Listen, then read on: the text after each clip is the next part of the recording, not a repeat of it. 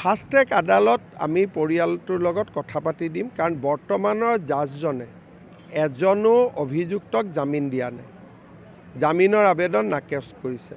Fast track আদালতত যোৱাৰ লগে লগে যদি অভিযুক্তবিলাকৰ জামিন তামিন হৈ যায়, দোষটো যাতে মোৰ ওপৰত নপৰে, সেই কথাখিনি ভাল কৰি পাতি পেলাই আমি সিদ্ধান্ত ল'ম। নিয়মমতে যেতিয়া ক'ৰবাৰ পৰা ভাল ৰিজাল্ট পাই থাকে তেতিয়া তেওঁক মানুহে চেঞ্জ নকৰে। এতিয়া ইয়াত দাবী উঠিছে যে যিজনে ভাল ৰিজাল্ট দি আছে তেওঁক চেঞ্জ কৰক। লেহেমীয়া হ'লেও মানুহকেইজনটো জেলৰ পৰা ওলোৱা নাই না, মানুহকেইজনটো জেলৰ ভিতৰত আছে। এতিয়া গোটেই কথাটোত এইটো যিসকলে এই কথাবোৰ ওলাই থাকে তেওঁলোকে বুজি পোৱা নাই যে সিদ্ধাৰ্থ শৰ্মা, শ্যাম কানু জেলত থকাই 4-5 মাহ হৈ গ'ল, ওলাব পৰা নাই। সেইটো ডাঙৰ সফলতা নহয় জানো?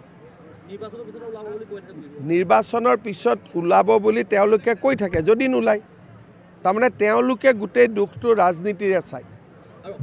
তেওঁলোকৰ জুবিনৰ প্ৰতি কোনো মৰম নাই, তেওঁলোকৰ ৰাজনীতি কৰাটোৱে মেইন উদ্দেশ্য। যদি নিৰ্বাচনৰ আগত ওলাবই, পিছত ওলাবই, তেওঁলোকে ভাল উকিল নিদিয়ে কিয়? নোলাব পৰা ব্যৱস্থা কৰি